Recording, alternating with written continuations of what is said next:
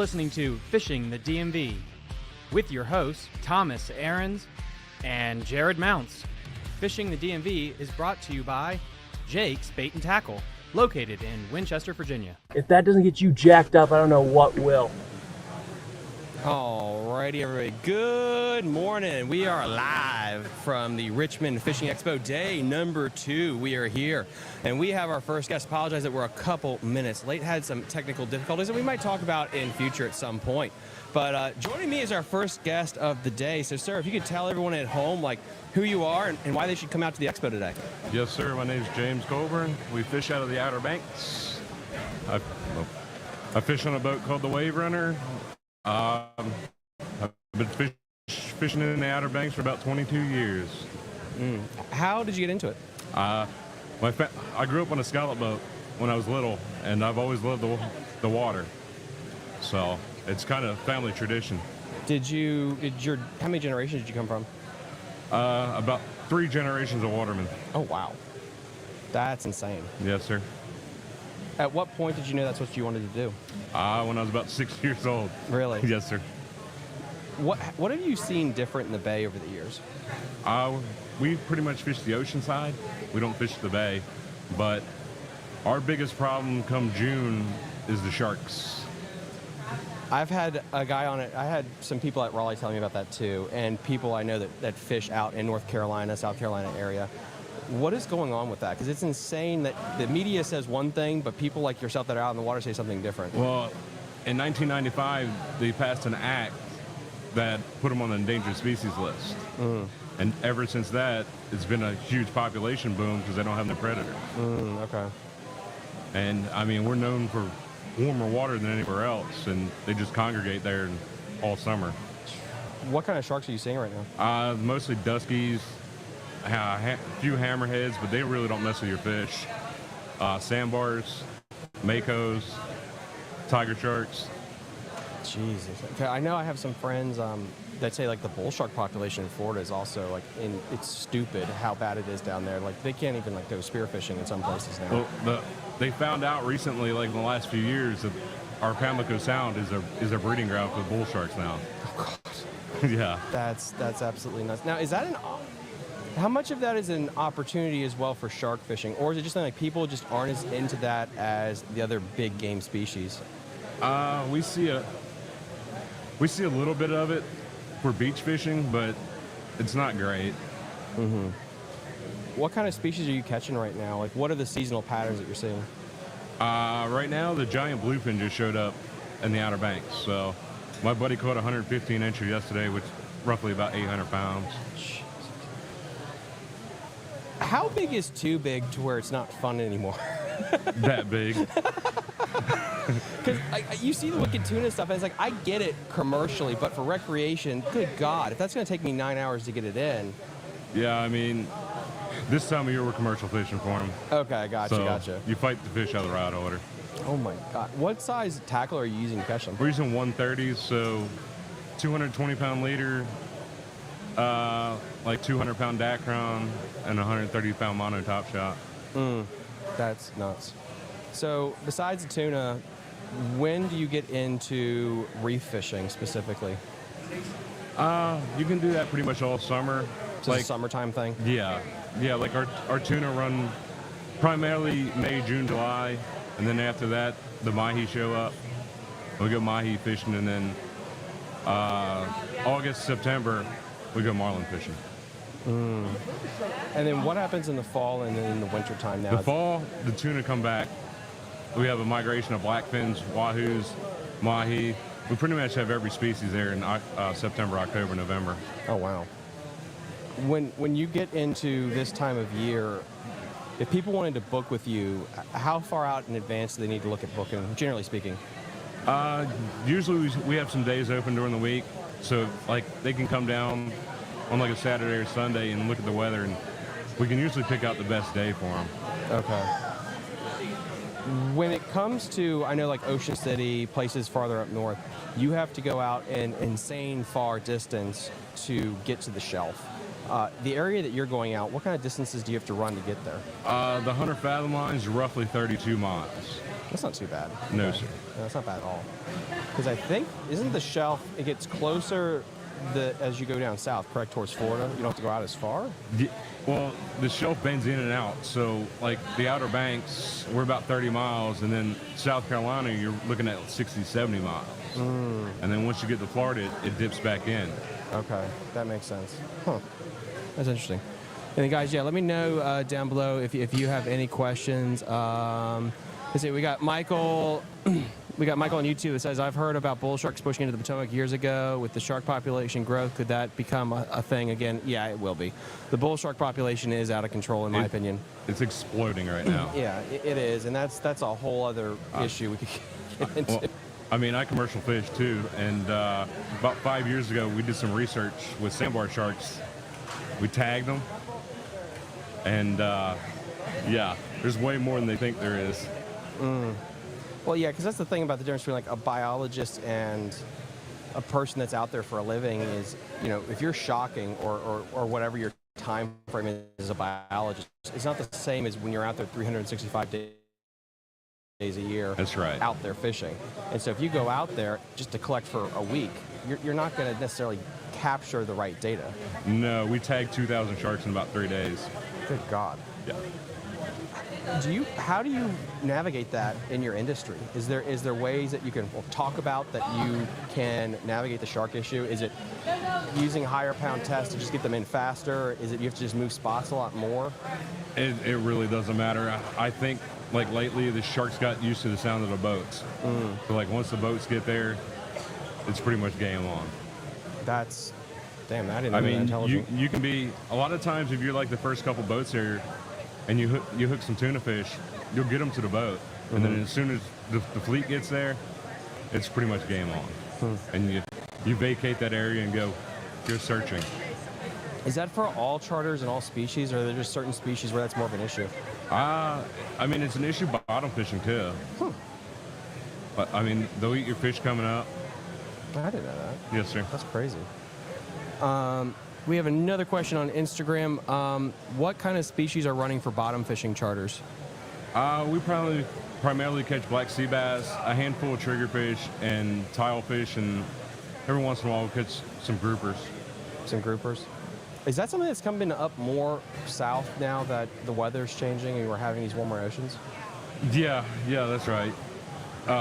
Like your fish species, like our bottom fish in the south, they're migrating more and more north every year.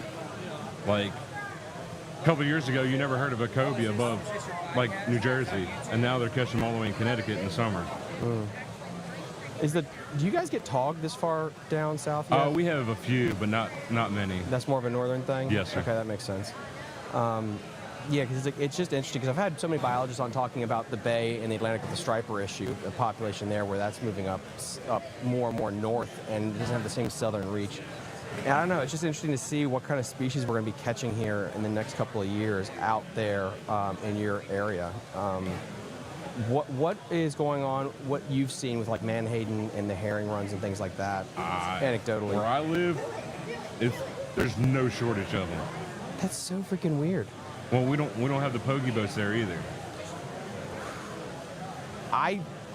That's my channel. I think that's there's some kind of government cabal there to where why do we have Canadian vessels and all these international things poaching our waters doing that? Because the bay is just again, I'll keep mentioning the bay because I have more experience there, but it's insane that it's almost decimated there, but you just go a little bit further south and they're just absolutely loaded. And we probably know what the culprit is. You go south and you go north. Is there something that protects, like why aren't those pokey boats there? They're not allowed. They're not allowed within 3 miles of the North Carolina coast.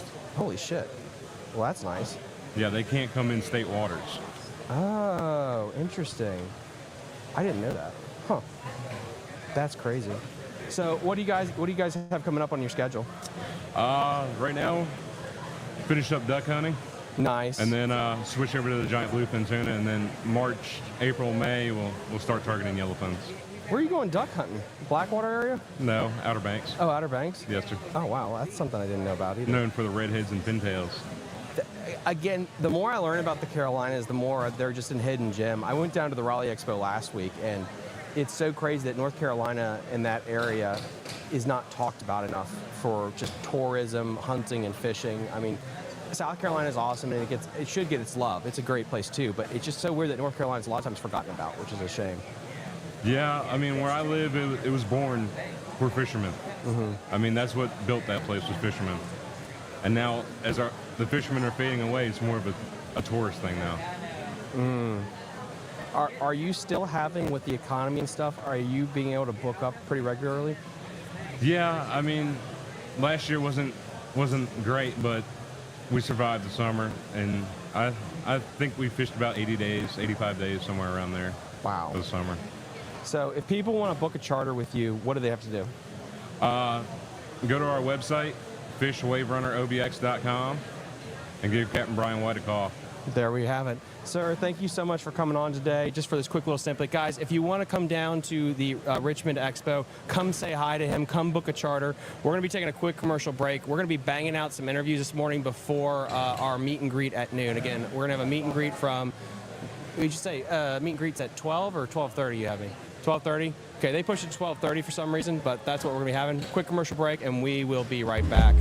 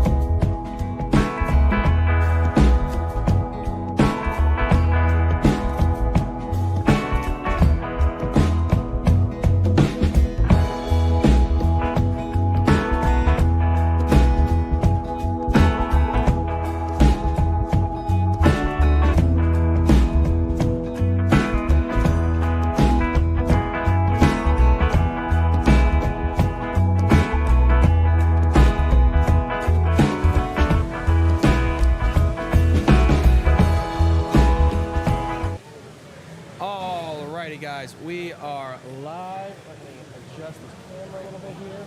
'Cause this one won't break. There we go. Yeah, they should get a little bit more intimate with each other. Perfect. Alrighty, we are live back here at the Richmond Expo Day 2 with our next. This is an in-between guest before we get Ninja Baits on. We got to talk about this real quick. This guy right here just did something that we didn't think was humanly possible on Lake Anna. He damn near dropped a 40-pound bag. A 40-pound bag 24 hours ago? Yeah, 24 hours ago. Dude, Yep. that's you're so stone cold about it. Like there's no big deal. It's like, yeah. I would have been flipping out. The only reason I'm not is because I didn't get 40. I got 38, and I knew I could have got 40. So, like, I'm always one of those people where I'll hit the goal, and then it's like, all right, what's the next thing? So 40 is possible. It's possible right now. I'm telling you, saw it with my own eyes yesterday. So. Can we also understand that will be clipped, that I didn't freak out because it was only 38? That is going to be a hell of a clip for your guide service. Well, that also makes me sound like ungrateful. I'm very grateful. No. Like, because I mean, honestly, it was unbelievable. Like, people pay thousands of dollars to go to Mexico or Texas to have days like that. So to do it right here in Virginia, like in our backyard, on a lake that's heavily pressured, I mean, yeah, there's a lot that I'm just grateful for it. I mean, it was unbelievable. It was just an unbelievable day. Let me see if I can get that picture up while Timmy, how did you two meet? I think I just met him at a tournament one day. We just got to talking at the ramp, and then every other tournament we just got to talking and just kind of clicked, and we started fishing together. He started seeing the progress, and then he brought me on. Boom. All right, guys, this is right here. 38 pounds for his best 5, an absolutely insane day at Lake Anna. Is it true that this broke a lake record? Yeah, I mean, I know for sure it did. Like, I've heard guys say that they fun fished and have caught like 33, 34. So when I was at 34, that's when I was like, I'm locking the hell in. Like, I'm locking the hell in. I'm not leaving today with 34. Got 36, and then I was like, I need one more. My smallest fish was like a 6 something. Of my 5 was like a 6 1/4. And then I caught like a 730 or 740 something. And then I just kind of like broke down right there. I was like, I just did it. This is the day I've been chasing. It's a day I knew was possible. All the hours I spent out there, it kind of just came into fruition. The next step is for one of us to do this in a tournament. When a person pitches a perfect game, they always say afterwards, like, they knew something was going to happen based on how the day was going. And it's like a feel thing. Was it what you were seeing on the water conditions-wise, or was it just the fish that you were catching, like, you're like, oh, shit, this is going down? Yeah, like, it wasn't even in one particular area. There was, like, two areas that played a part into it. And I've never in my life, as much as I've either looked on scope or seen fish with my own eyes, I've never seen this many large fish in a general vicinity ever. It was unreal. It was unbelievable. And I didn't want to lay into them too much because I knew that we had a tournament on Sunday.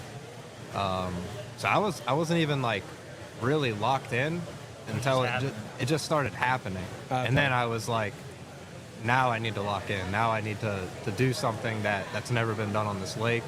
This is my chance, and like, it just happened, man. I mean, I got grateful, but a lot of it was just hard work. Like, the hours I've spent on this lake, the days I wanted to cry being on this lake and not be out there to chase a day like this was really, it was rewarding. It really was. And we've all seen on our scopes big fish before. And so when you say that, that's one thing, but at what time period, give or take, from fish 1 till the one that sealed it, how much time was that? 10 hours, 4? So the thing is like, I was practicing and I caught 2 6s and I didn't even weigh them. I just threw them back. Man. Just throws them back. I threw them back. I didn't weigh them. And then I caught one that was like high 7, and I was like, all right, I'm gonna weigh this one. And then I caught like the 847, and I was like, all right, I'm gonna weigh this one. And I mean, there was like legitimate schools of 7 to 8 pounders. Was that something that's happened before, or is that just the first time you've ever seen something like this? So like, I have seen this last winter, and I was like very hush-hush about it. I didn't even fish the winter series last year because I was under the mentality of like, as a guide, it's hard. Like, when you fish on a local body of water, if you do well, you're expected to do well, and if you do bad, you should have done better. And this year I was like, fuck that. I said I'm gonna go and do what I know I can do in the winter. So I did see it last year, but I was very quiet about it. And then this year I was like, no, I'm just gonna let it out, let all of it out. By what time did you finally catch your last one? It was late. Yeah, the last one was late, but I had 34.75 before 3 p.m. And I caught that in a span of an hour and a half. So it took 8 hours plus to seal this deal. Yeah, but like I had thrown back probably multiple 28, 29 bags throughout the day. How many fish did you catch in total? Oh, I don't even know. Under 10?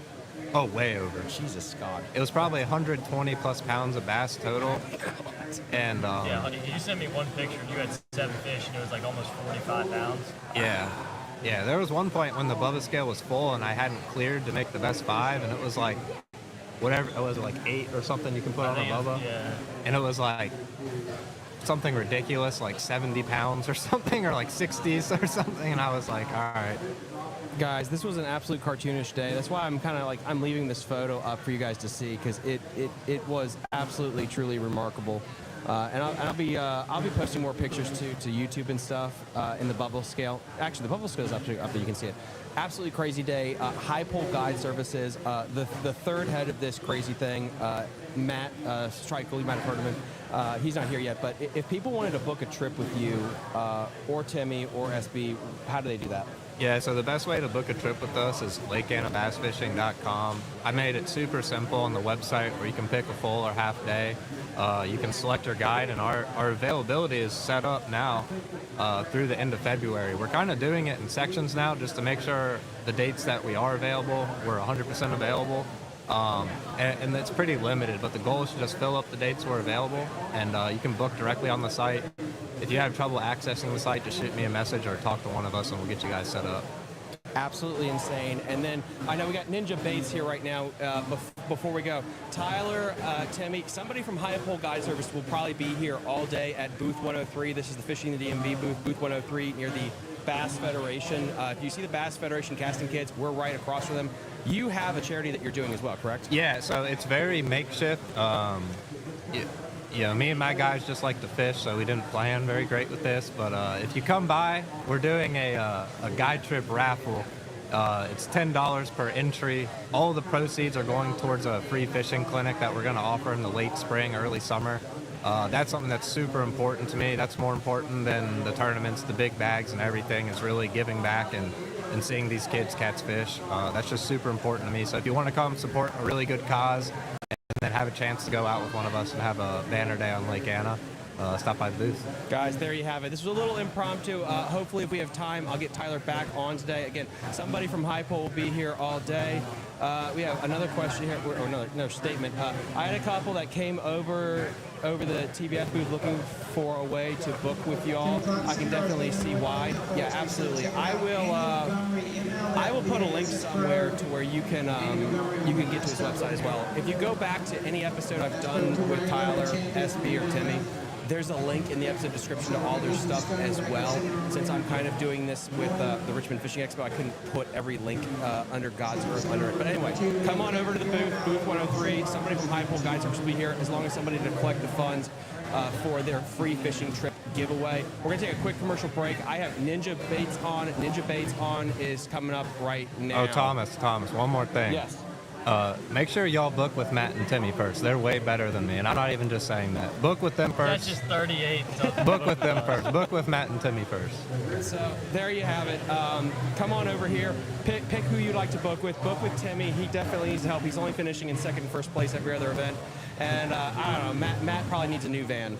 We'll see you guys here in about 5 minutes. Hey everyone, quick little announcement here from Fishing the DMV. Our Weekend Warrior membership on Patreon is nearly full. There are only 28 spots still available. Once these spots are gone, they're gone, and the Weekend Warrior tier will be closed to the general public. All members will be locked in indefinitely at a fantastic price point, and they will get all the benefits that they have today, plus any new benefits and discounts that will be added in the future. All weekend warriors will receive 5% off their orders to Jake's Bait and Tackle, 10% off their orders to Tiger Crankbaits, 10% off their orders to Catoctin Creek Rod. They'll also gain access to our private Facebook group community, loads of members only content. And in 2025, there are going to be tournaments that will be given a massive discount specifically to our Weekend Warrior members. Plus, if you sign up for the year right now, you will get 8% off your already fantastically discounted rate to join the Weekend Warrior program. Link in the episode description. Thank you.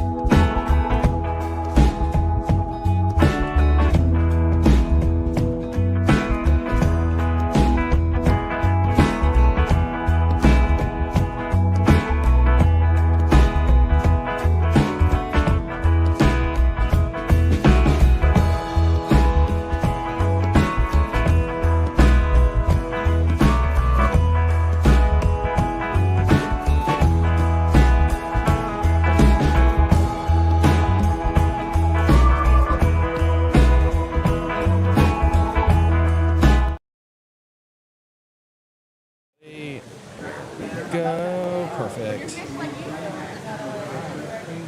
Alrighty, and we guys are back here. How is everyone doing this morning? I'm really glad Tyler was able to stop by real quick just to talk about that, because breaking 40 pounds, close to 40 pounds on Lake Anna is kind of important just to talk about real quick when that happened like 12 hours ago.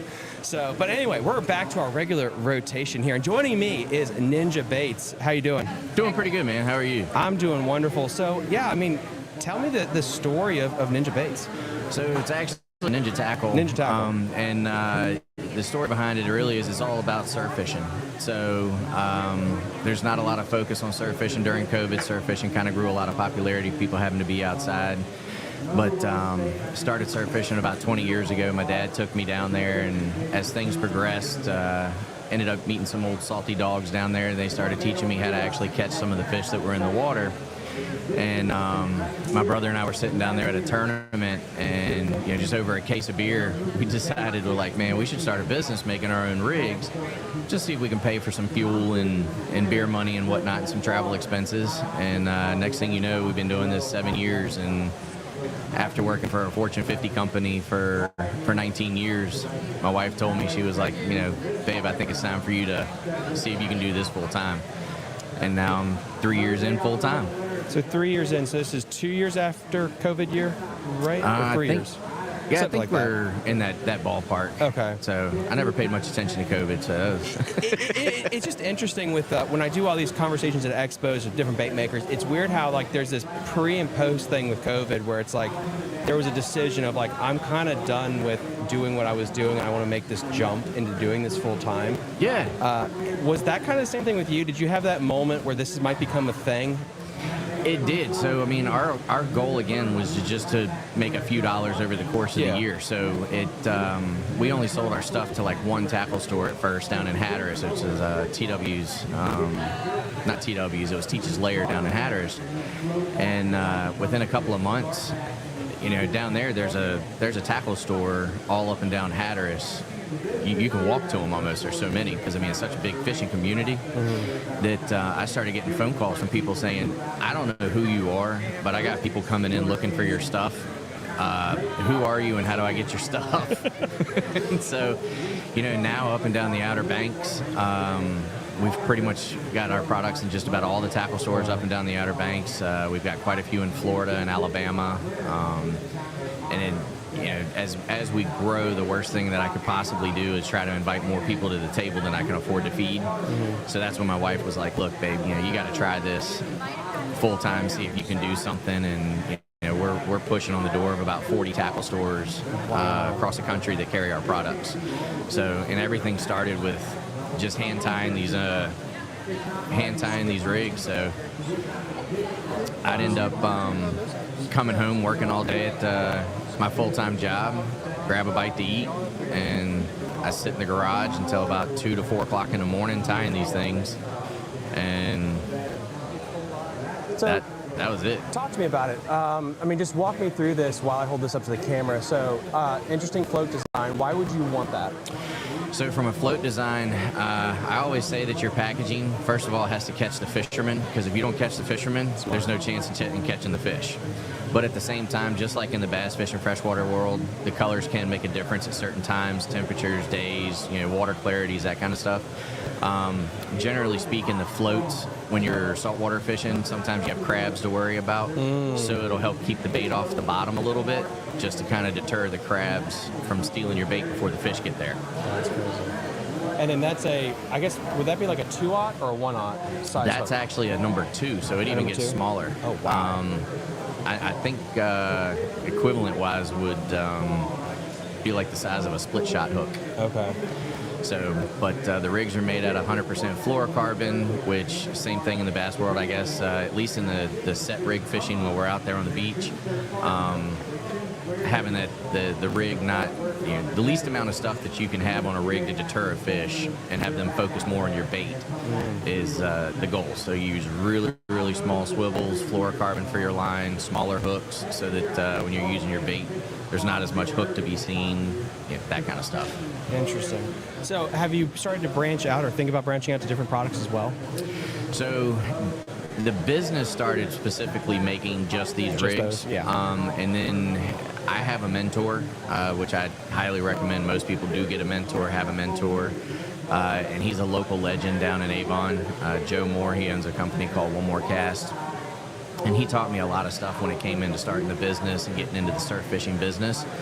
And I came to him and I realized as I progressed into surf fishing that there's not a lot of options for quality surf fishing rods. So there was like a gap. Like you could get that $150, $125 combo type stuff and down. And then it's kind of like there was a huge gap in that 150 to 250, and then it started at 300 and goes on up to how much do you want to spend. So I told my mentor that I wanted to start designing and developing fishing rods. He immediately said I was an idiot, and I was like, all right. So I'm very much that hold my beer, give me a minute kind of guy. So I dove down the rabbit hole of how rods are constructed, what does anything, and the best thing I can tell anybody when it comes to constructing a rod, it's like cooking barbecue. You know, you change one aspect of the recipe, the temperature, the time, the seasoning, your end result is totally different. Well, fishing rods are no different. So I dove down that hole and came up with my own composition that I thought was pretty neat. Worked with a lot of tackle stores as far as like finding out where the holes on the retail shelf were, and I worked backwards. And I started developing fishing rods. So now we have our own full line of surf fishing rods that fit that $150 to $300 mark. I was lucky at Raleigh last week to talk to some people that do I didn't know this niche existed. Surf fishing casting competitions.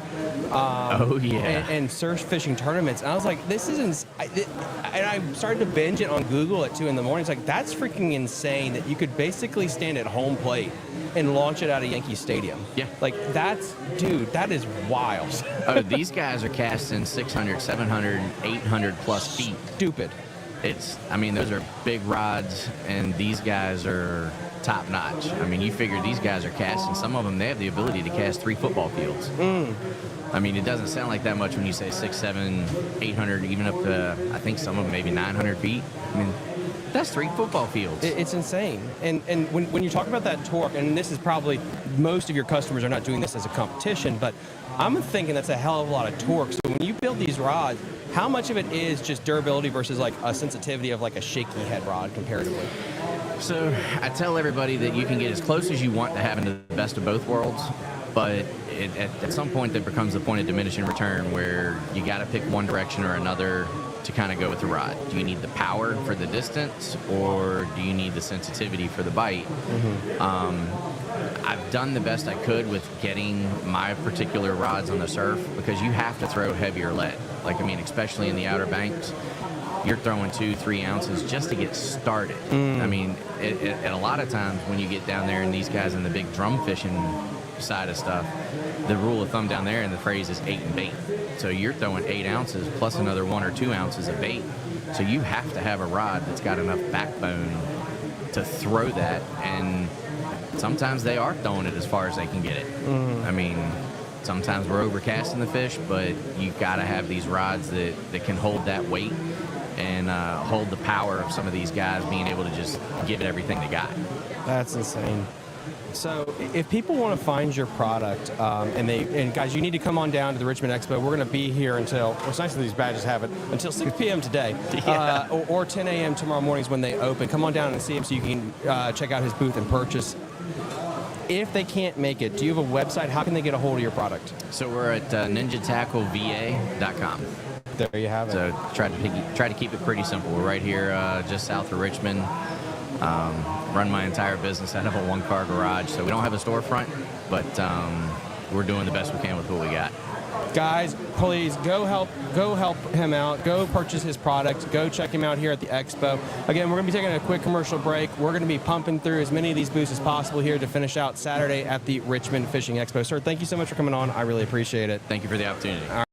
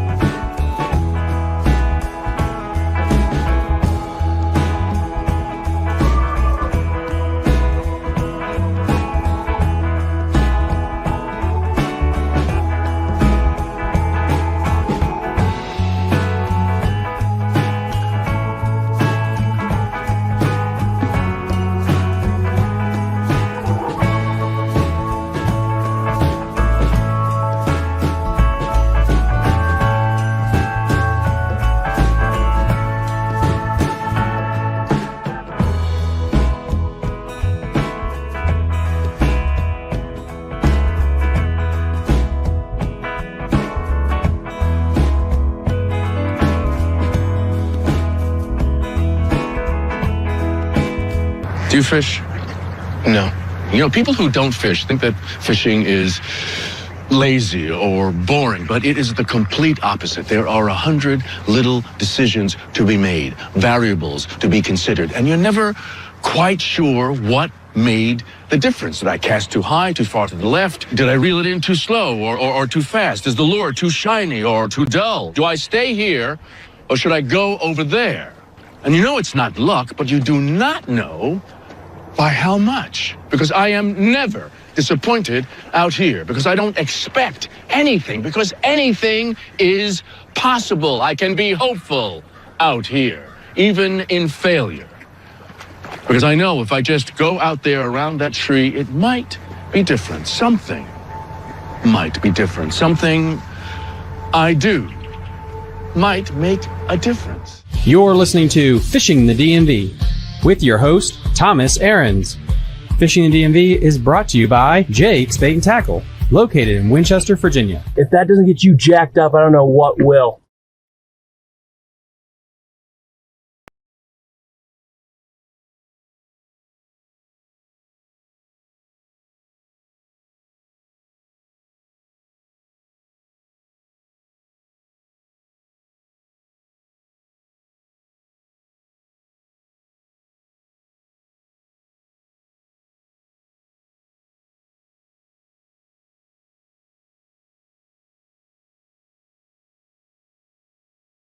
Probably going to be getting on that guy right there.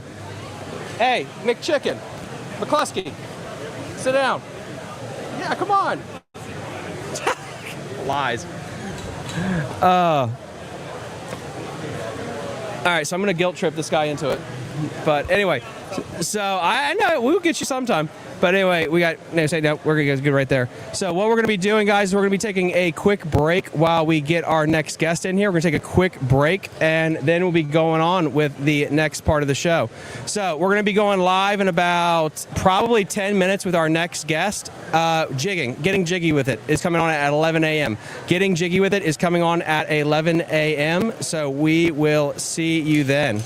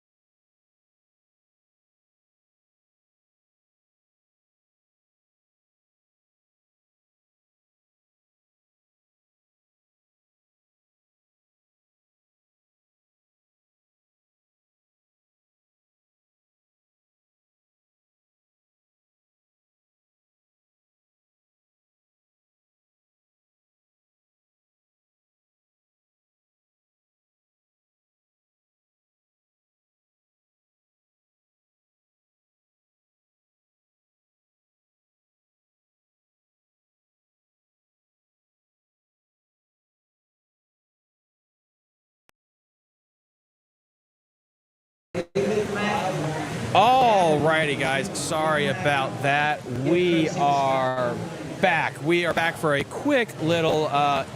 We're back with a little quick impromptu conversation here. I'm back with Tyler High Pole Guide Services. Dude, thank you so much for coming on again. I know it's a little crazy right here, but this is kind of what it's been like all week. Yeah, no, it's wild. It's awesome to see so many people out here too. No, and crowd in the booth right now too. That's awesome. Yeah, they are crowded in the booth. I wonder why it's so crowded here. I have no possible idea why. It's weird. It's like there's a YouTuber around. There is a YouTuber around. It's kind of weird. It hasn't been this crowded as it has been.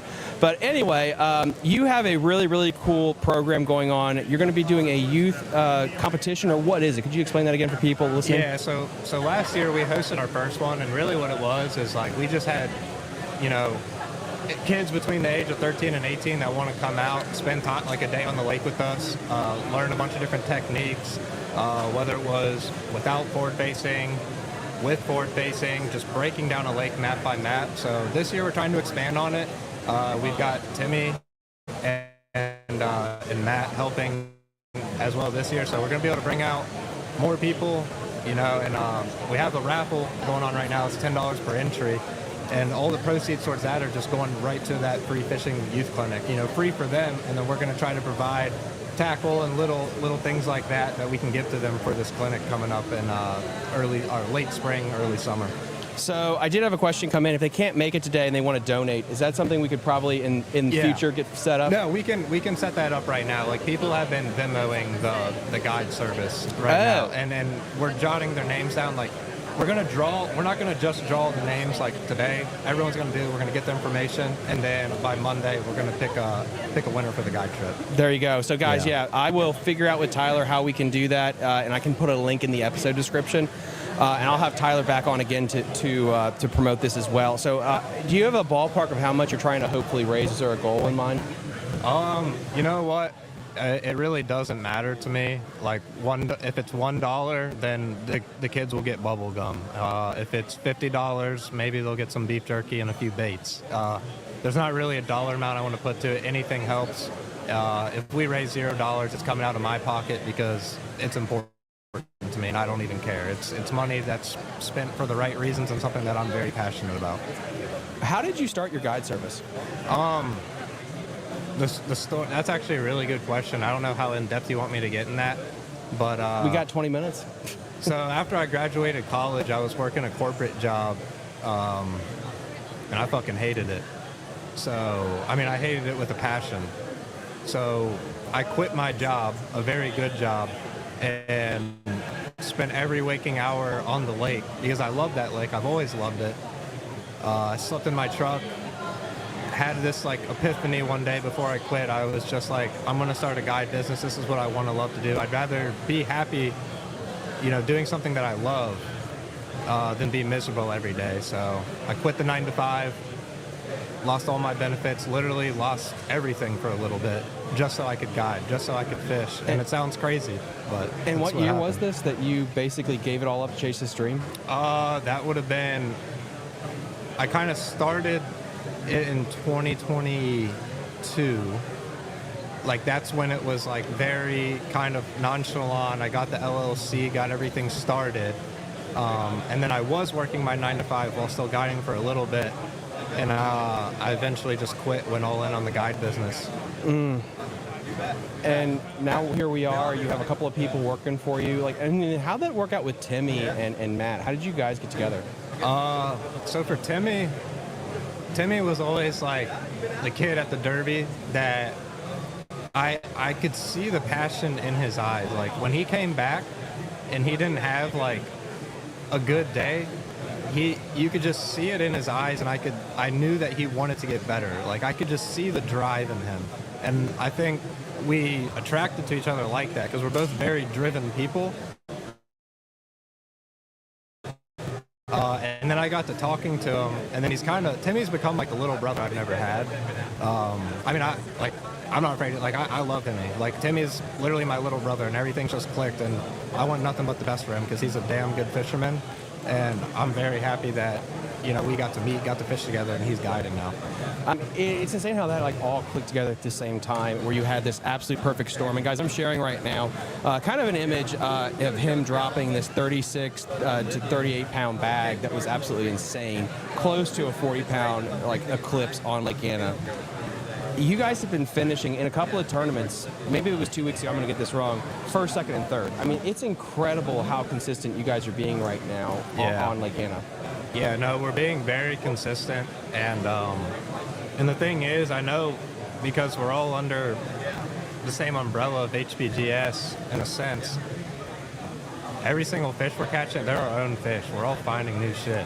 Like we're all finding our own thing. We're not sharing information. We're competing against each other. Like, I want to beat him. He wants to beat me.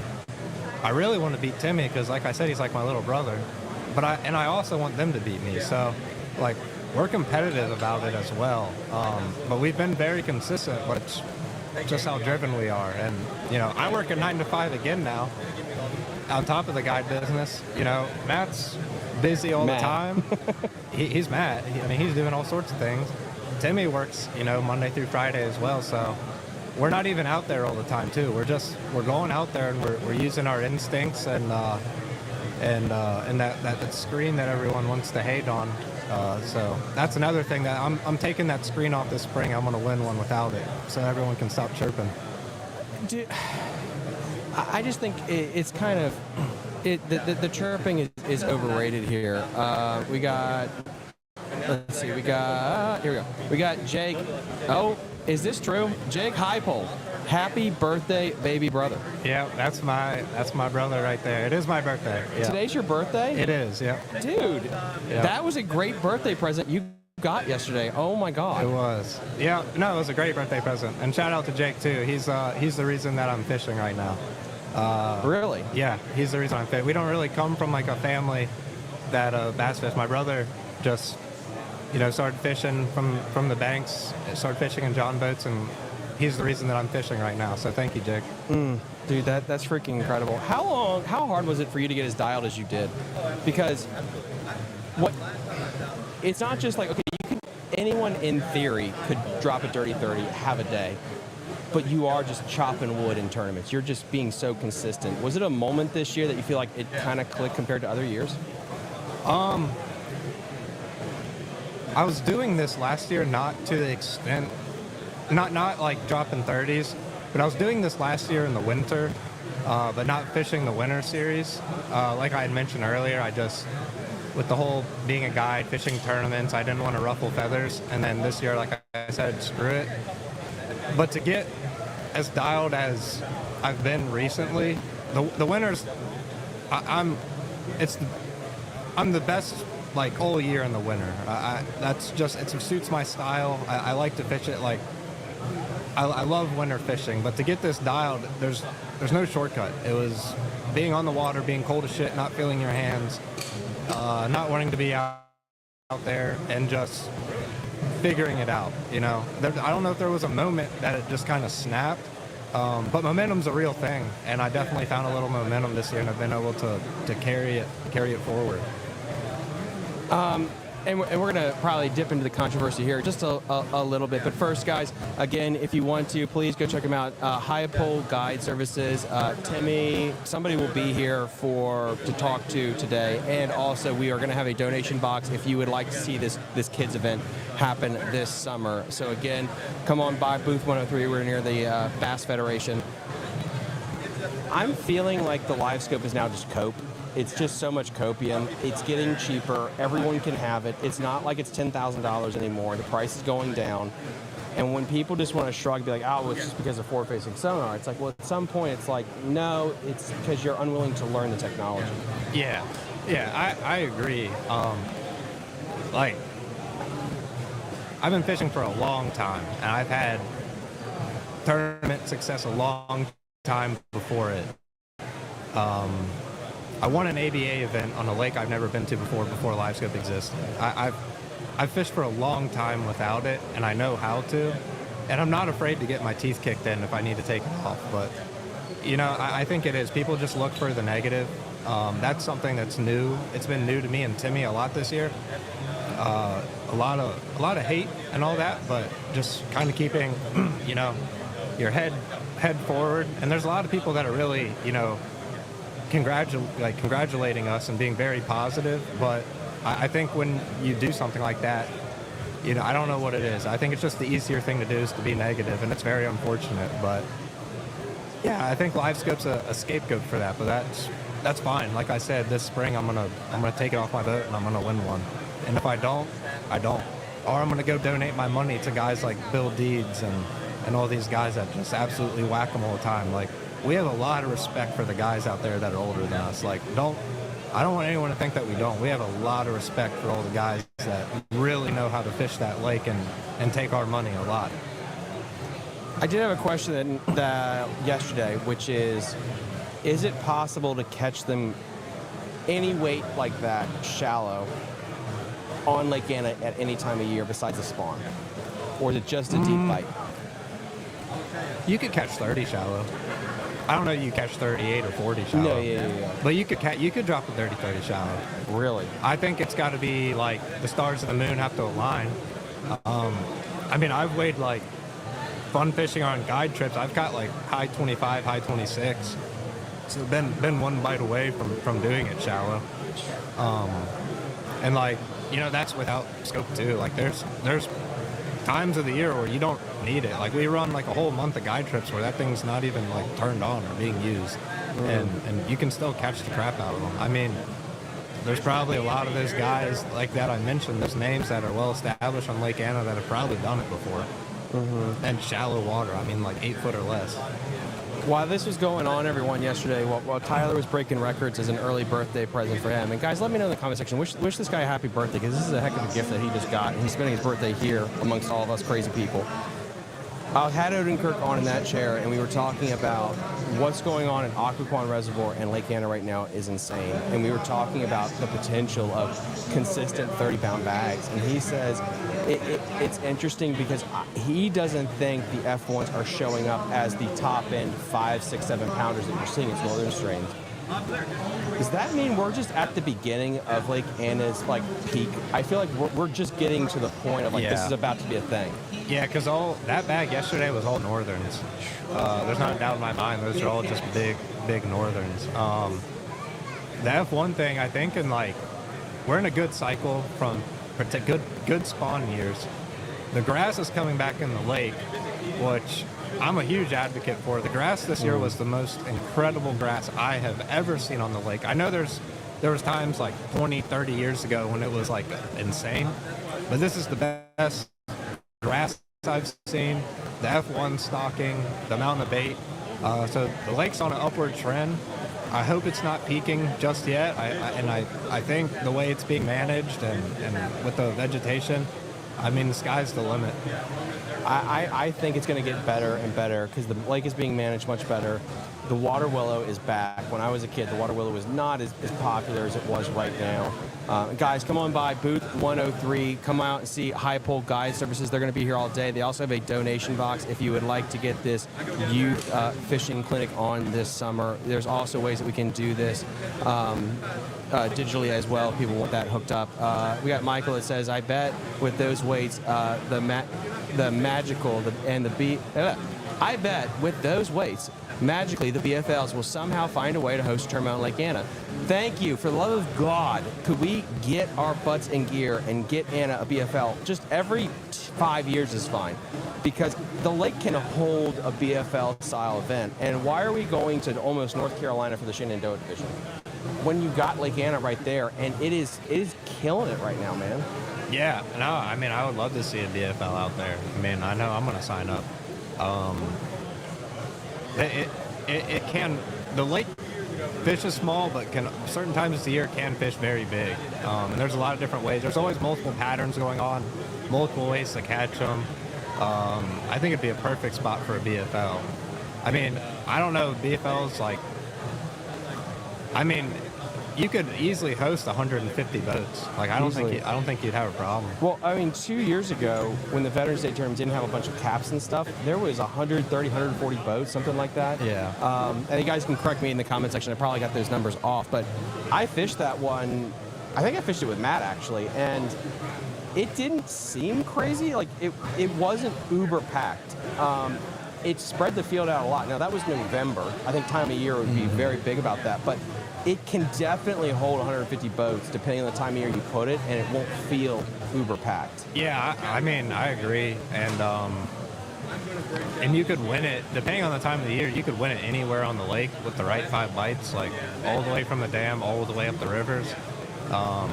So yeah, I mean, the fish are spread out and they're everywhere in there. So I think it would be a good event, and there'd be some solid weights going all the way down.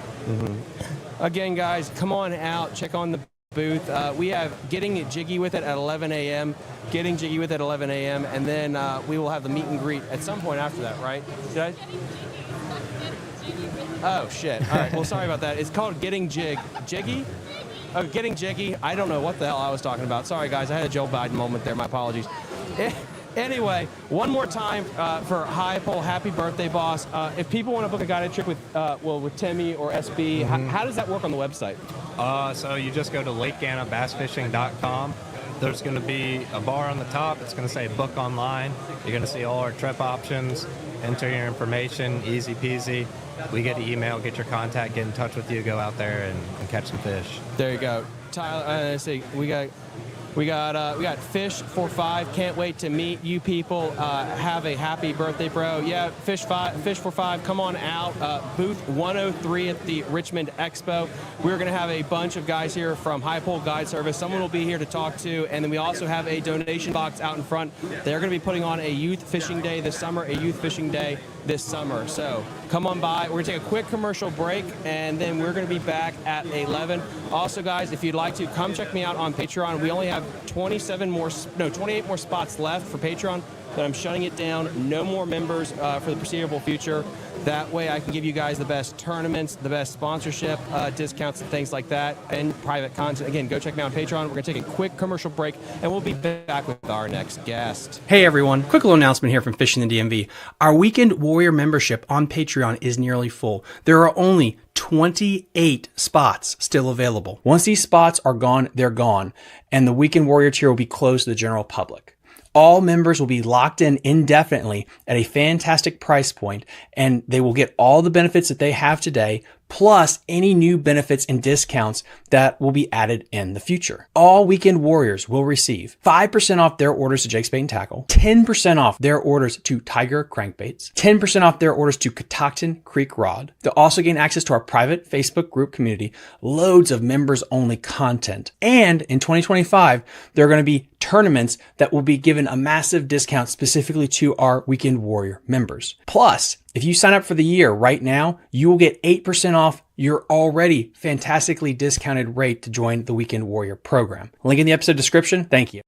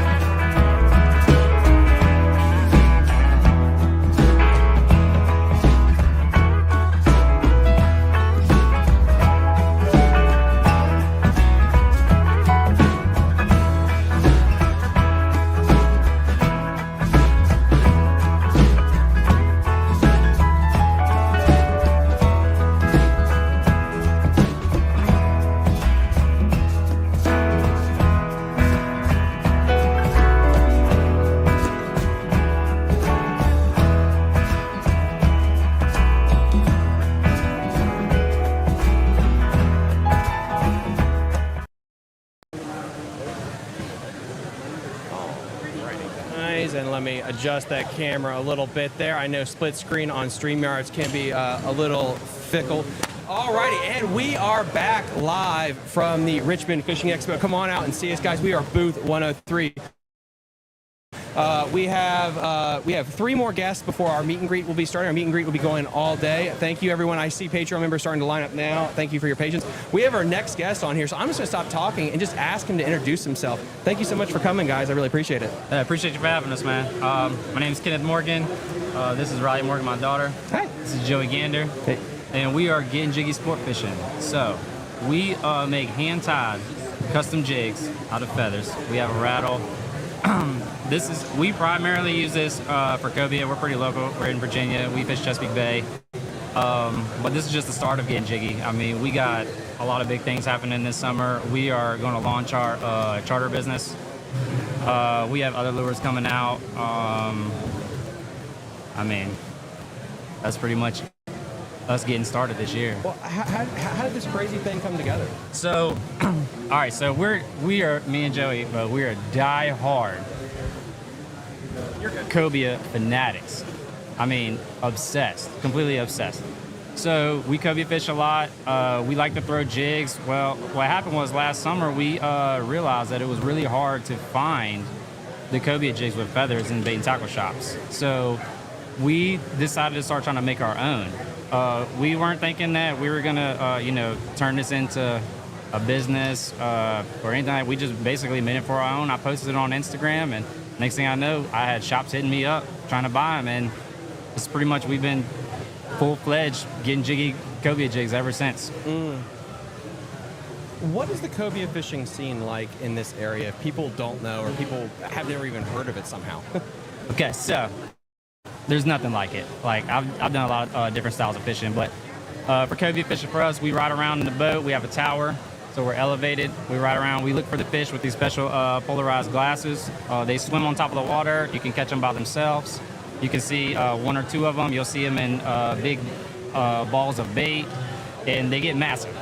They migrate from Florida to Virginia in the summertime. We usually get them around May, from May to like the end of September. And we ride around, we look for the fish, we try to sneak up on them, we throw this right in front of them. And it pisses them off, and when they bite it, I mean, it's game on then. What kind of feathers do you like to use for those? So these are rooster feathers, the longer ones, the skinnier ones. The ones that are spotted are pheasant feathers. How did you get a hold of, how did you figure out pheasant feathers were a thing? I actually just went off a whim. I just saw it, and I said, man, those look cool. I would like to throw it. If I was a cobia, I mean, I would eat it. So I started putting them on the jig, and next thing I know, I mean, this is what everybody's been requesting, pheasant feathers. When you're dealing with cobia, based on my limited knowledge, a lot of times it is sight and cast. So when you're dealing with that, what kind of weight are you dealing with these jigs? Because you're not trying to fish like 100 feet of water, correct? You're Correct. Pretty high up on the surface. Yeah, we throw anything from a 3/4 ounce jig head to a 2 ounce. We have multiple rods rigged up at a time. And we prefer to throw the lighter jigs. So like 1 ounce, 1 1/4, or 1 1/2. That's usually our go-to, just because it stays up in the strike zone when the fish are on top of the water. It stays there a lot longer. Now, if the fish are down deep, if we see them like when we're fishing pilings or something, and the fish are a lot deeper, then we'll throw the heavier jigs to get down there faster to them. Gotcha. What? Do cobia see in color? Do they see color? Yeah. I would say, yeah.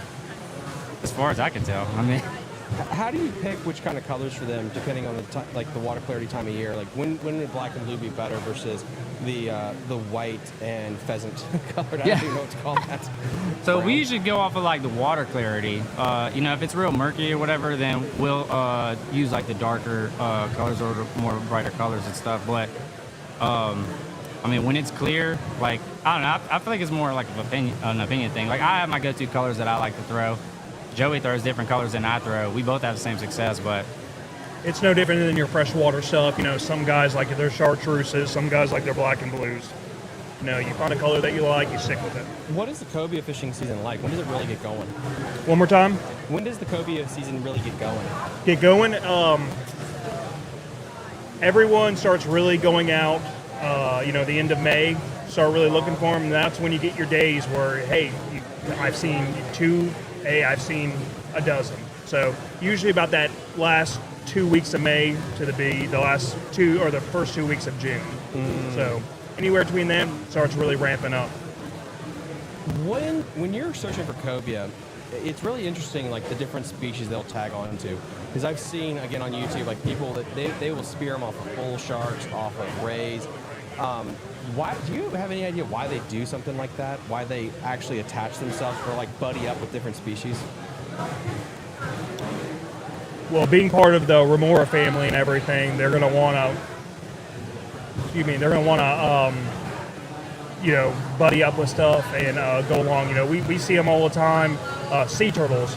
Really? Yeah. Sea turtles are a big one. Anytime you see a sea turtle head pop up, and they'll be as big as the hood of a car.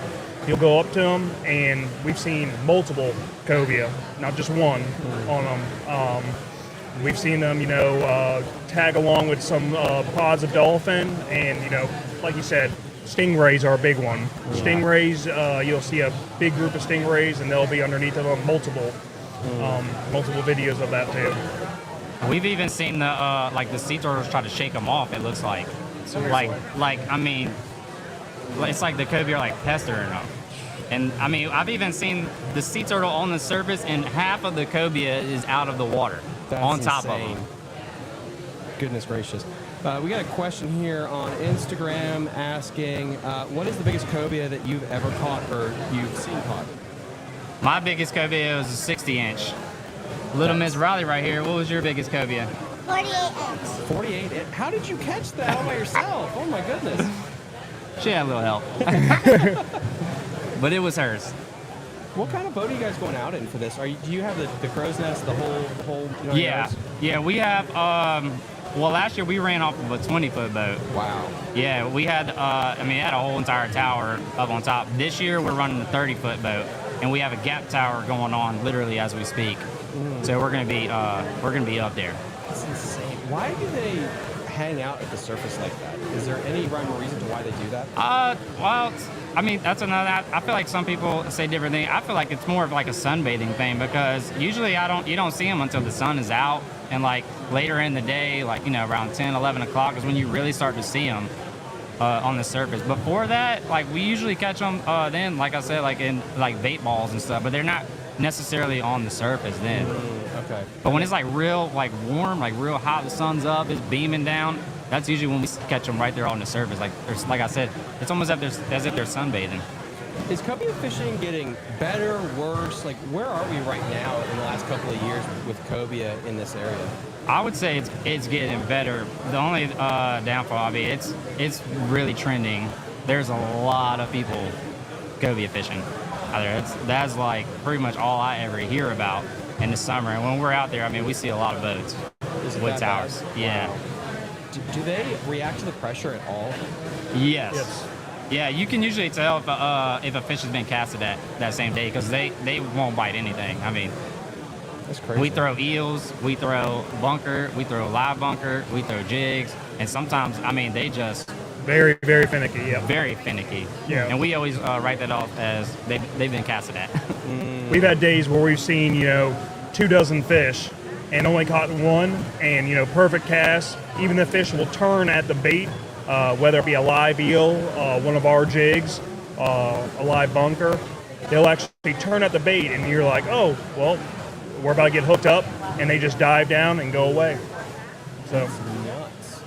I can definitely think with the rise of social media, it has its pros and cons. But yeah, you're seeing people pestering them and really pushing them. Is it expanding where you guys go? Not give your spots, but do you have to find more and more sneaky spots to go to unpressured fish, or is it just pretty much this is where you have to be to do it?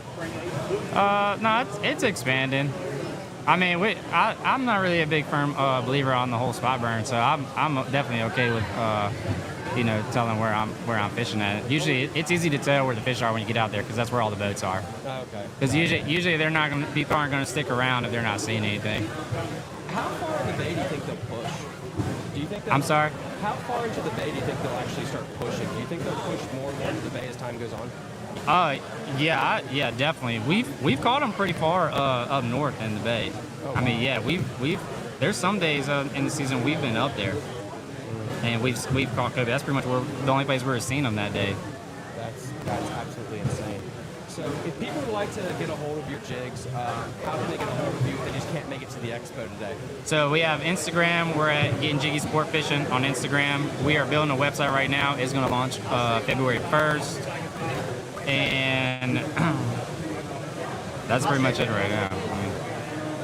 If when it comes to the jig designs, do you have anything else that you're thinking about debuting next year? Like, where do you see yourself in 5 years with this? Yeah, so I'm actually I'm in the works on a few different lure designs. I'm planning on launching before this cobia season. Oh wow. I'm gonna do some with more of like the silicone teasers with the feathers. I'm working on a swim bait mold, so you could put the soft plastic on the hook. I mean, I'm working on a few different ones, and they'll be out before June. How heavy are those baits, by the way? So this one is the 1 1/4 ounce, and this is a 2 ounce. That's a 2. Look at that. That is insane. The thing looks like it has a tumor. Oh, that is nuts. What size hook is on here? That's an 8/0. That's an 8/0? Yeah. Oh, God. Did you paint these heads? Yes. That is gnarly.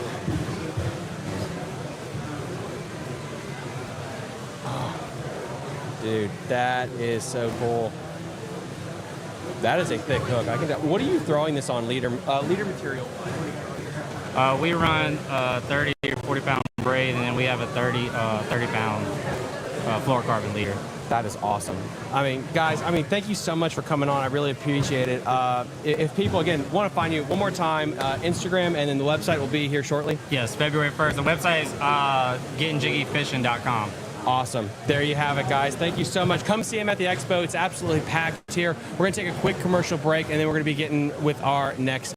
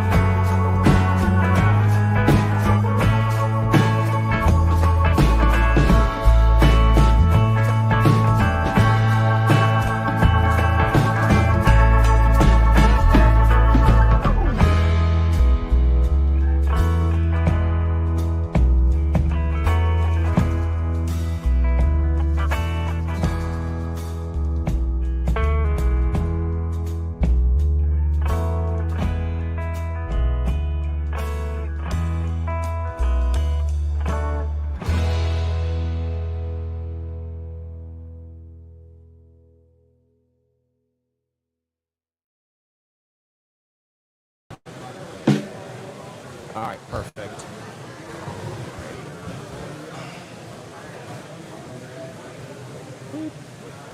I know, guys, when we get a much more fancier setup here, we'll have 3 cameras. We can do a wide shot and a smaller shot. All right, everybody, we are back here live from the Richmond Expo, day number 2. We have our next guest here. If you could you tell everyone at home who you are and what you got? Hi, yeah, so my name's Lauren. I'm with Hook 'em Right Coffee. I'm one of the partners here with the company.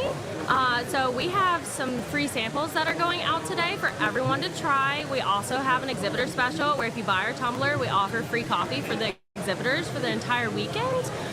We do all of our own roasting, grinding, packaging. We do it all ourselves. We just started back in April of 2024.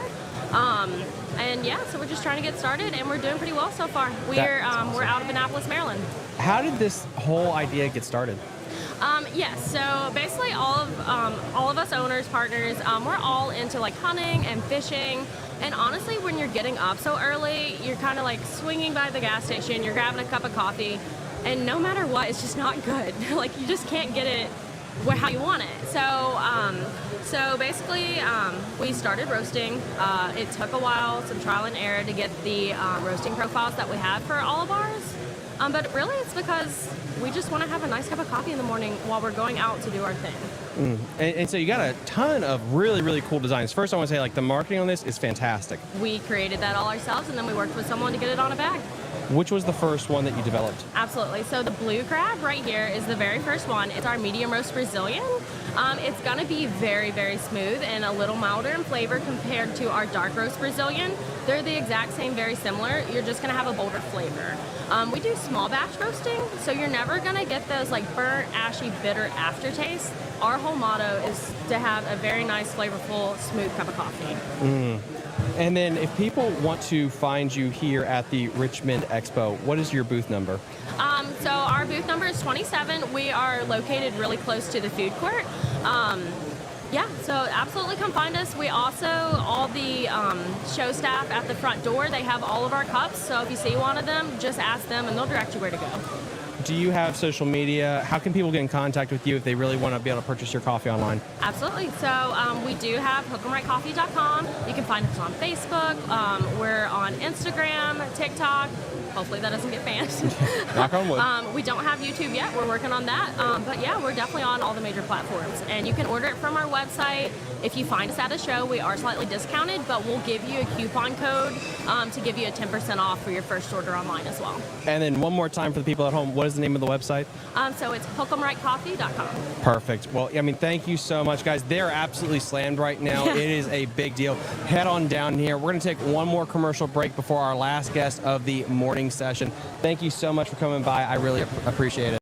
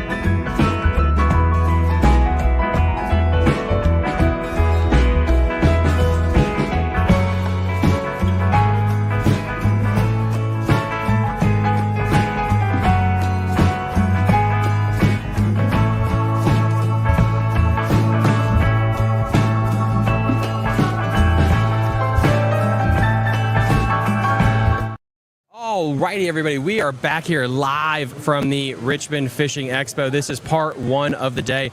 If you guys don't know, we're going to be having a meet and greet today. We're going to be having a meet and greet today later on. Let me turn up the volume a little bit here. So we're going to be having a meet and greet at the booth today. I think it's from like about 12:30, 12 o'clock until 3:30, 4 p.m. It'll be here.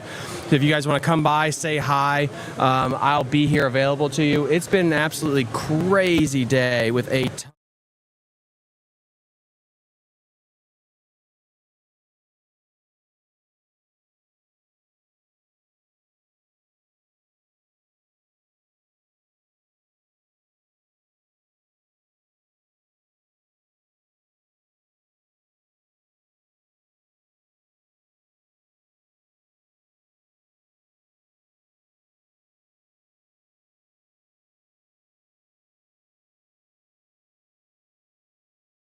Our next guest is scheduled for 12 o'clock. We're going to have Appomattox Kayak on, and then we're going to be here available for everybody for the meet and greet.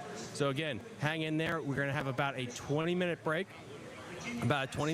And then we're going to be hopping on with our next guest.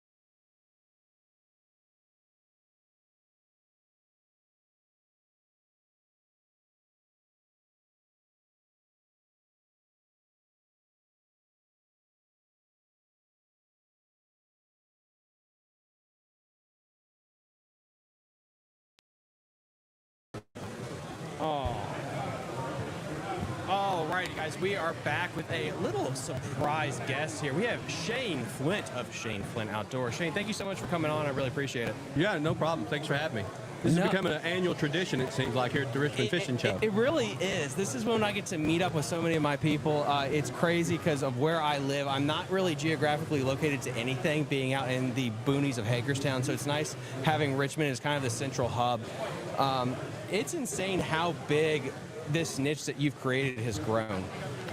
Yeah, the tournaments that I started a few years ago, it is amazing how many participants we got across the United States. I was asked by my sponsors, how many individual anglers did you have last year? And I counted them up. 1,700 anglers individual anglers from across the United States are participating. It's unbelievable. Did you think about that when you're like, I'm going to be a YouTuber, but then it's somehow like, nope, I'm a tournament director now too, just as much as a YouTuber? Yeah, I did not. I did not. But I've done it now for 3 years. We're coming up on this will be our third full season coming up, and I've got it down to a niche now. So it's not overwhelming as it was that first year. It's just the numbers, are starting to grow more and more. So, but luckily we're gonna expand out our tournaments this year. Usually we only pay out a first, second, and third. We're gonna play out first through fifth in our upcoming season. And Omnia, my sponsor, if you're an Omnia Pro member with Omnia, they're gonna give you $200 to $400 per tournament for if the highest pricing Omnia Pro member, which is a pretty good. So you could walk away with, first place $650. That's a pretty good chunk of change for an online tournament. But it's, they're trying to obviously promote their Omnia Pro service, which is pretty cool. But yeah, that's something that's going to be this year. We're expanding out to fifth place payout. And then with they're called the contingency winner. Whatever Omnia Pro member is highest will get that, that extra cash. So you could actually end up in fifth place, and then you get a $400 bump on top of that. So it's a pretty good deal. And if people want to find this, what do they have to Google? How do they find it? So I haven't started by full advertisement. It will start this Wednesday night. It'll be on. We'll have it out on YouTube. I'll be putting out the more detailed information. And I'll have it out on ShaneFlintOutdoors.com. I'll have that information as well. And because of how YouTube and streaming works, so that would be January Wednesday the 15th, guys, depending on when you're listening to this, just to understand that. Go check out Shane Flint Outdoors YouTube channel. It's interesting because Black Bass Advisory Board for Maryland, I'm an advisor there, and we were talking about doing a charity event to help raise money for stocking potentially in 2025, 2026. And a lot of the guys on the board were against doing catchway release because they don't understand it. Now, granted, most people on the board probably saw World War II, and I'm not going to lie. And they're really hesitant about this. And it really showed me when they talked about all of the stuff they had to go through to create a weigh-in event the old school way. Catch photo release, dude, that's going to take people's lunch money if it hasn't already. It's insane how much easier it is, the logistics of it, and I think once you get the appeal, and maybe it's because it's the older generation that's against it, but it just makes sense in so many ways. Yeah. I mean, I'm totally agree with you, Thomas. I mean, the modern technology we have out there, there's ways to do this, right? And something that I've been kicking around, and we'll get into the details here, but why can't we have some bass fishermen against kayak fishermen, right? Kayaks don't have competition that way. They don't have live wells in the kayak. Yeah. But they're daggum good fishermen out there, right? And have some head-to-head competition, especially in the electric world or electric-only world with bass boats. Like we have a lot of teams here in Virginia. So if you get away from that, catch and wade, take it back to the boat, back to the dock, and do length only. I mean, it opens up a lot of apertures to have some better competition. Not better, but some more competition amongst all the anglers. I think it's a great idea. I mean, I ran a tournament here where we had some John boat anglers, like the McCluskeys of the world. We had we had Bruce, who was a bank angler. He'd fish a lot of tournaments, and you have that rivalry. And I think it's funny because there's this thought process that if you are in a boat, therefore you will beat a guy in a kayak, or if you're in a kayak, you'll beat a guy on the bank. And at least the one time I ran it, it opened my eyes. Like, that's not true. It's not true that just because you have a jet boat, clearly you just are going to take everyone's money. But it's that you got to like teach the public that no, that doesn't necessarily mean anything. Right. Yeah, something that's interesting on my tournaments last year, my free tournaments online, the biggest tournament, my biggest summer tournament, was won from the bank. Wow. In New York, the guy was in New York fishing some small lakes and won from the bank. And I got some heavy hitters down in Florida and Alabama and Georgia that participate in these tournaments. He won the 5 bass draw, which is our big summer free tournament, and he won it from the bank. That's insane. 23.5-inch bass was the biggest bass he topped it off with. So, yeah, I mean, it all depends on timing, right? But, I think the paradigm of if you don't have a bass boat, you can't compete, that's out, right? I mean, there's some really good kayak fishermen out there. And, they slow down when they're out in the kayak because they can't run, 20 miles up the lake or to another spot. And they focus on catching the fish that are around them. And they usually do really well. I think the running around making sure you think I have to have a $75,000 bass boat to compete. It's not true. Well, and then also like the niche that you're getting into. Now your rig will be a little bit more pimped out, but the John boat industry is insane. Because we have so many electric lakes. Like when I did my tier list, first off I realized like there's a lot of water in Virginia that you can't do in a 2-hour show, but there are so many electric motor only lakes like from Fredericksburg down that if you had a $100,000 bass boat, you can't effectively use it there. That's correct. Yeah, I can tell you more than once, I've been out on Hunting Run or Mooney, and there's a bass boat out there that runs out of battery power, and I pull them to the boat dock because they're stranded because they can't start their big motor. But yeah, the John boat industry, and you mentioned I'm getting a pimped out ride here pretty soon, Matt Downs down at Trick 10s. I just delivered all my stuff to him, put it in a boat last Friday. Oh, awesome. Yeah, I'm so super excited to see that. Once it's done, he does an awesome job. I'm going to put a little coin in it, but it's going to be the boat for me. I'm committed to the electric fishing for the better part, because there's so much here in Virginia that you can do. Right? There's so much. I mean, I had Chaz on who lives down in the Norfolk area, and he talks about all the lakes down there that are electric motor only. And it's like you have a circuit there, you have a circuit up in Fredericksburg. It's just insane. These little micro niche communities that are starting to get the love now because I think of catch, weigh, release, and this technology. My question for you, just speculating, do you think the MLF style, the catch, weigh, could that ever, with the advance of technology, be something that you could run as a tournament director? Absolutely. And there are some scales out there that are Bluetooth to your phone. Wow. That will register your fish into a system, and put a picture as well. That's coming soon, and I'm talking to the developer of that, and I'm probably going to invest in it. I would like to get, to break the paradigm again. We can weigh them, take a photo, and it automatically registers on the website, and have that into a tournament. If for the folks that just don't want to do linked only tournaments. That's awesome. Yeah, because I think that's the hardest thing. Talking to so many people, it's catching them on the sell of I caught 90 inches versus I caught 20 pounds, because I think it's culture. I think this is culturally. It's culture. They're so used to saying it that way. Yeah. I don't know. It's fascinating stuff. Do you have any videos coming out? Anything else that we can really promote for you? No, I just put some winter fishing videos out here the last few weeks. Please go check those out.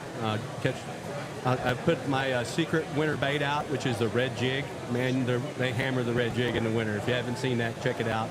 But just be on the lookout for my new tournament schedule. These tournaments are absolutely free. And you just sign up by sending me an email at shamefulnoutdoors@yahoo.com, and we get you registered.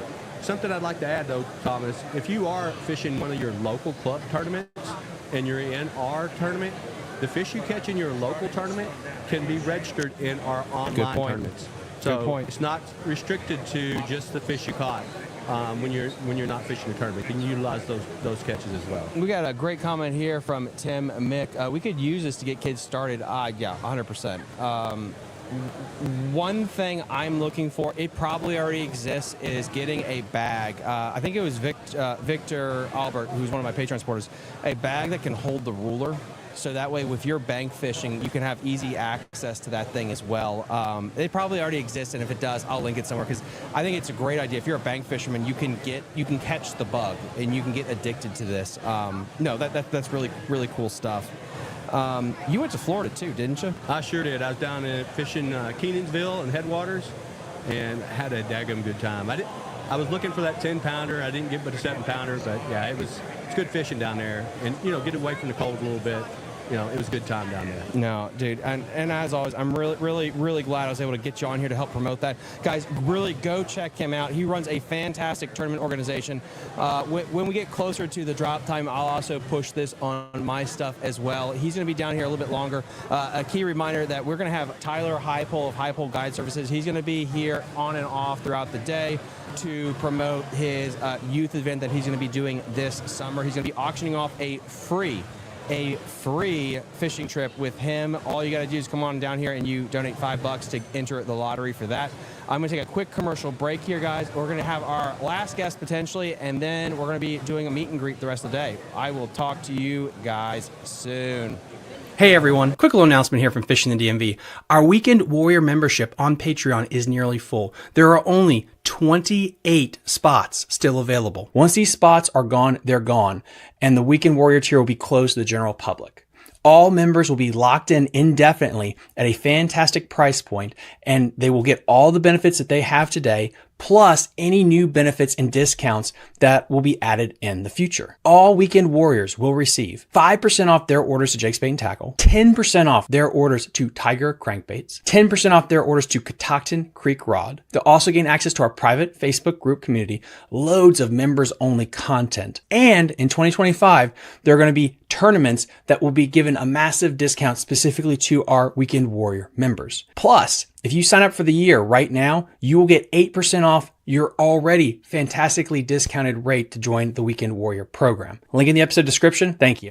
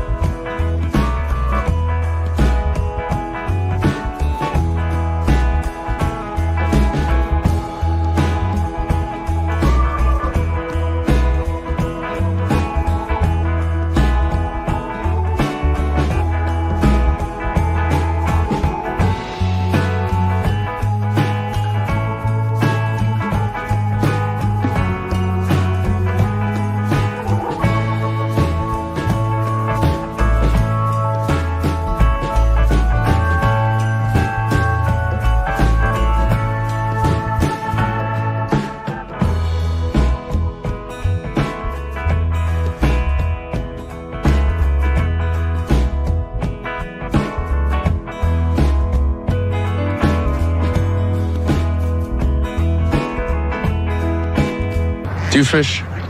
No.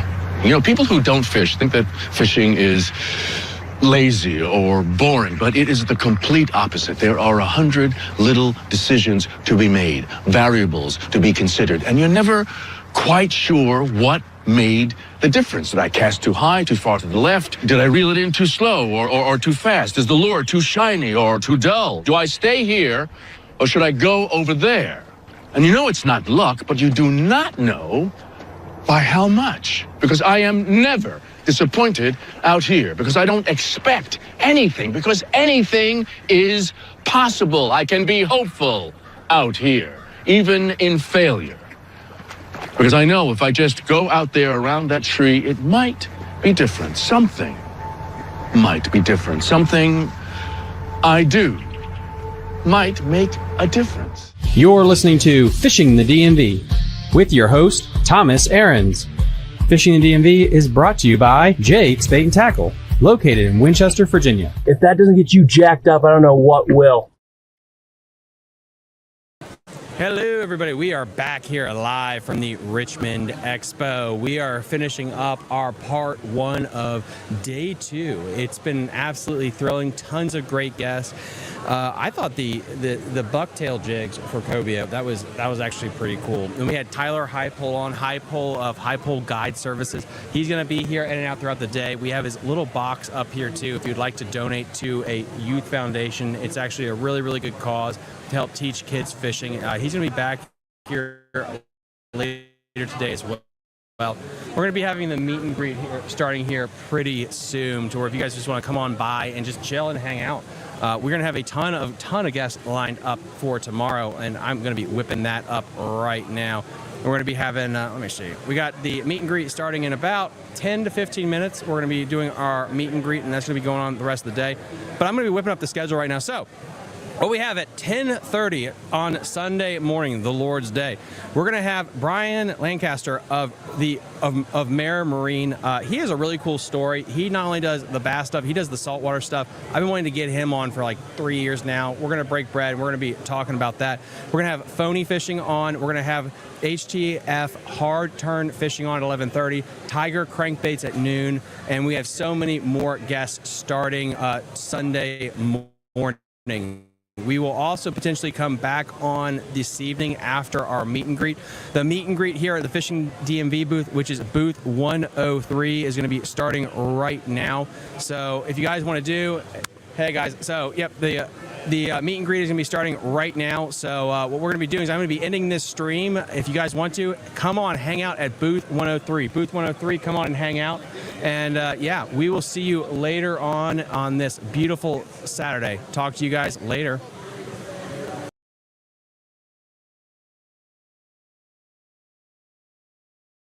Hey everyone, quick little announcement here from Fishing the DMV. Our Weekend Warrior membership on Patreon is nearly full. There are only 28 spots still available. Once these spots are gone, they're gone, and the Weekend Warrior tier will be closed to the general public. All members will be locked in indefinitely at a fantastic price point, and they will get all the benefits that they have today, plus any new benefits and discounts that will be added in the future. All Weekend Warriors will receive 5% off their orders to Jake's Bait and Tackle, 10% off their orders to Tiger Crankbaits, 10% off their orders to Catoctin Creek Rod. They'll also gain access to our private Facebook group community, loads of members-only content. And in 2025, there are going to be tournaments that will be given a massive discount specifically to our Weekend Warrior members. Plus, if you sign up for the year right now, you will get 8% off your already fantastically discounted rate to join the Weekend Warrior program. Link in the episode description. Thank you.